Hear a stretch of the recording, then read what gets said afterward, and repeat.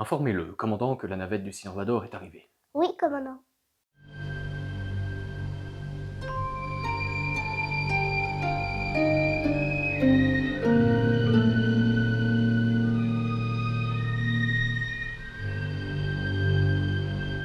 Bonjour tout le monde. Hello there. Salut Robador. Alors là, c'était pas prévu. Bonjour, bienvenue pour cette vidéo. Attends, mais comment tu veux que je reprenne après ça? La navette du Seigneur Vador est arrivée. C'est exact. C'est la navette par MIC.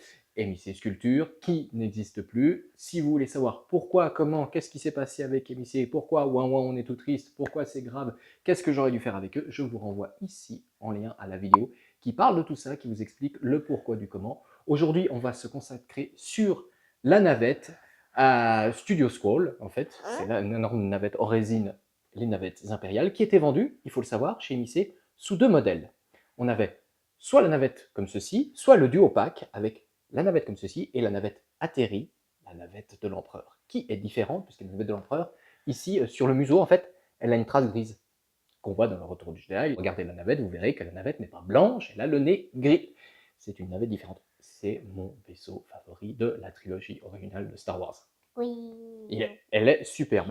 Et bien sûr, elle arrivait avec un emballage, packaging, très très bien, tout se démonte, ça se clip, ça s'emboîte, c'est aimanté, il y a des connecteurs, puisqu'il y a du light-up dedans, et le tout avec des petites cartes. Tu peux prendre la petite carte de présentation qu'il y a là.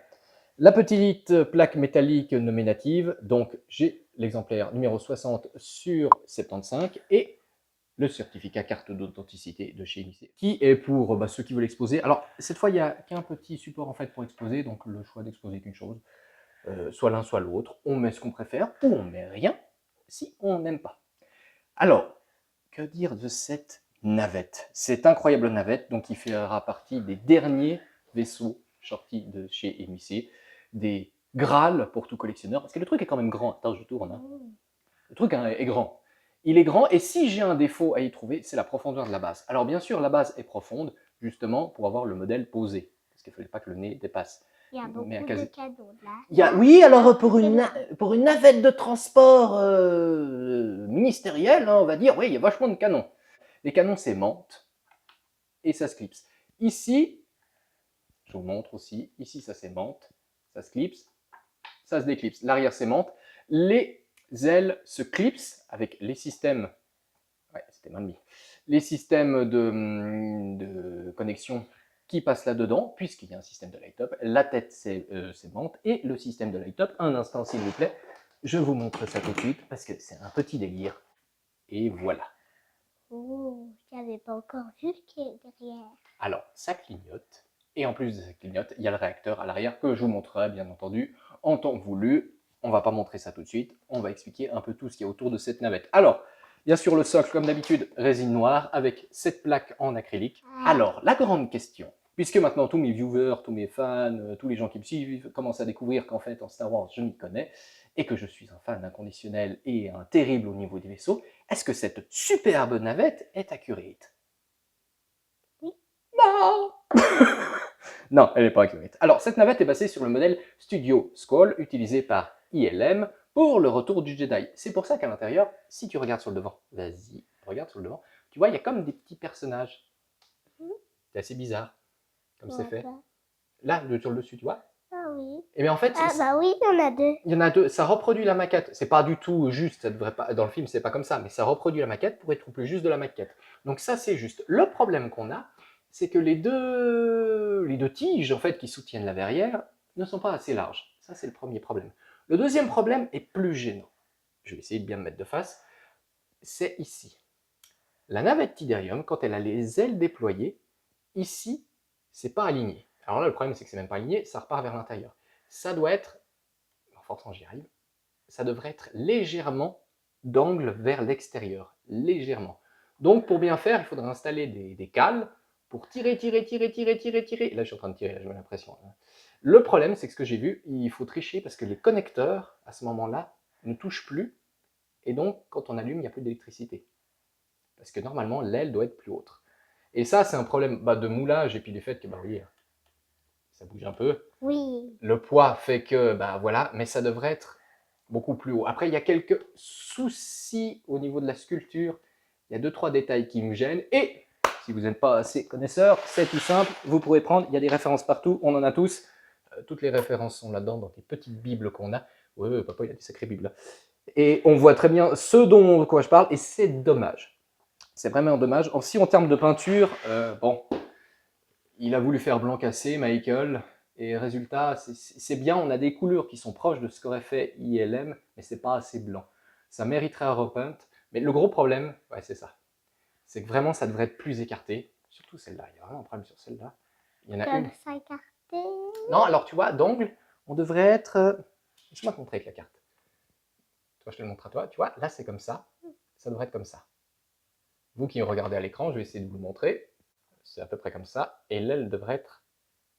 Je vois pas exactement, je suis pas de face, mais ça devrait être un poil comme ça. Donc après, tout est rehaussé et levé. C'est dommage. Ça aurait pas été parfait. Il y a vraiment quelques petits défauts à Je droite à vois gauche. les films. Tu vois les fils? Oui, mais bien sûr. Sous... Attention, on tourne, petite demoiselle. Sous le cockpit, on a les fils. Non, les détails y sont. C'est juste que le problème, c'est que ça devrait être plus écarté. Parce que c'est un design très particulier. Et ce qui fait le charme de ce design dans Star Wars, c'est justement ce côté angulaire, ces angles. Et puis qu'en fait, il n'y a pas d'angle droit Il n'y a réel. pas de couleur. Pas de couleur. Non, mais en fait, tu sais, elle est blanche délavée. Enfin, là, c'est très interprété. C'est pas blanc comme ça, mais ça va, ça passe.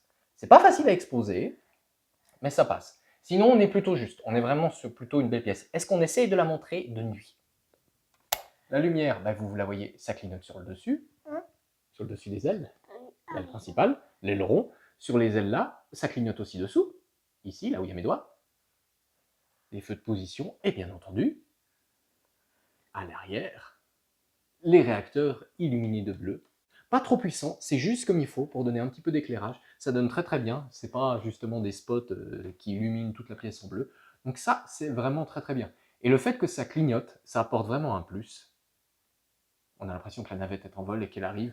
Donc dans l'ensemble, plutôt une belle pièce, bien pensée, bien finie, qui prend une place conséquente, elle est assez énorme, mais qui a des petits défauts, les ailes notamment, et je trouve que la peinture, comme beaucoup chez Missy, en fait, la peinture est à refaire. La peinture peut être refaite, mais le truc des ailes, ça me crispe, vous imaginez même pas à quel point, parce qu'en fait, une fois qu'on voit ça, on ne voit plus que ça. Oui, c'est le problème. Ça reste une très belle pièce, où les détails, la sculpture, c'est plutôt très très beau, là, tu vois, les détails, comme tu l'as vu, les câbles avant, les détails de l'architecture, des canons, c'est plutôt très très joli. Est-ce que toi tu l'aimes bien? Du coup, tu m'avais fait une réflexion au moment où je l'ai posé là, parce que je l'ai posé directement, je l'avais monté avant de vous la présenter. Qu'est-ce que tu m'as dit sur ce vaisseau? Je sais plus. Que c'était le plus... Gros. Oui, c'est le plus... C'est vraiment le plus gros vaisseau qu'on a? Le Star Destroyer? Oui, alors en termes de volume global, oui, c'est vrai que c'est... Oui, c'est le plus gros vaisseau qu'on a pour l'instant seulement. J'en dirai pas plus. Il faut vous abonner, il faut me suivre pour découvrir tout ce que je prévois au niveau des vaisseaux Star Wars.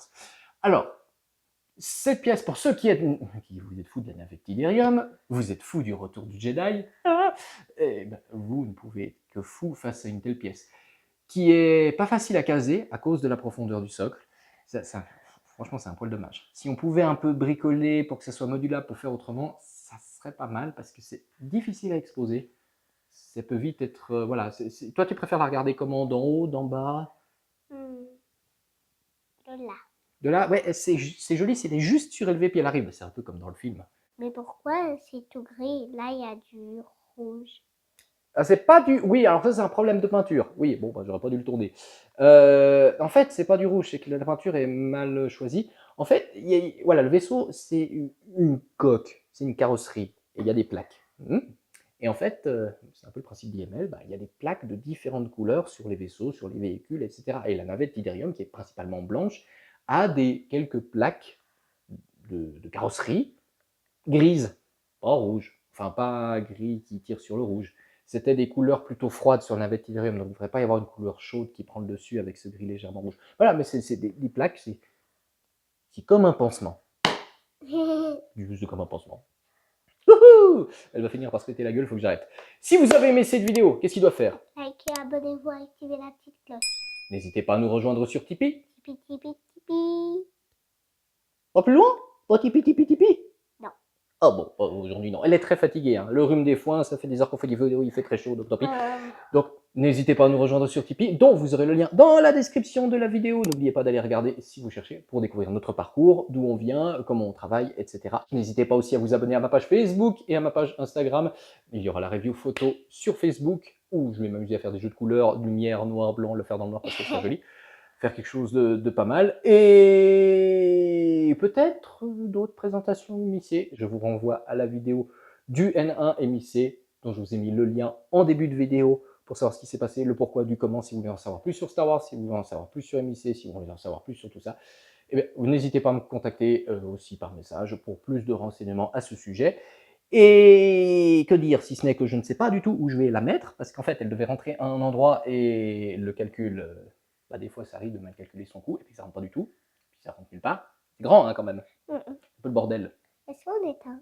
Est-ce que tu veux éteindre? Oui. Oh, vas-y. Allez. Je vais tirer la prise. C'est vrai qu'il manque un interrupteur. Vas-y. De toute façon, il paraît que je suis un chieur au niveau des interrupteurs. Il manque un petit interrupteur, c'est un petit peu dommage. Et vite, tire la prise. Eh oui, madame. Oh là là. C'est bon, êtes-vous satisfaite? Oui. Elle fait peur. Et bon, là, du coup, c'est sur ça qu'on va se quitter. La vie est belle. Mais elle pourrait être mieux.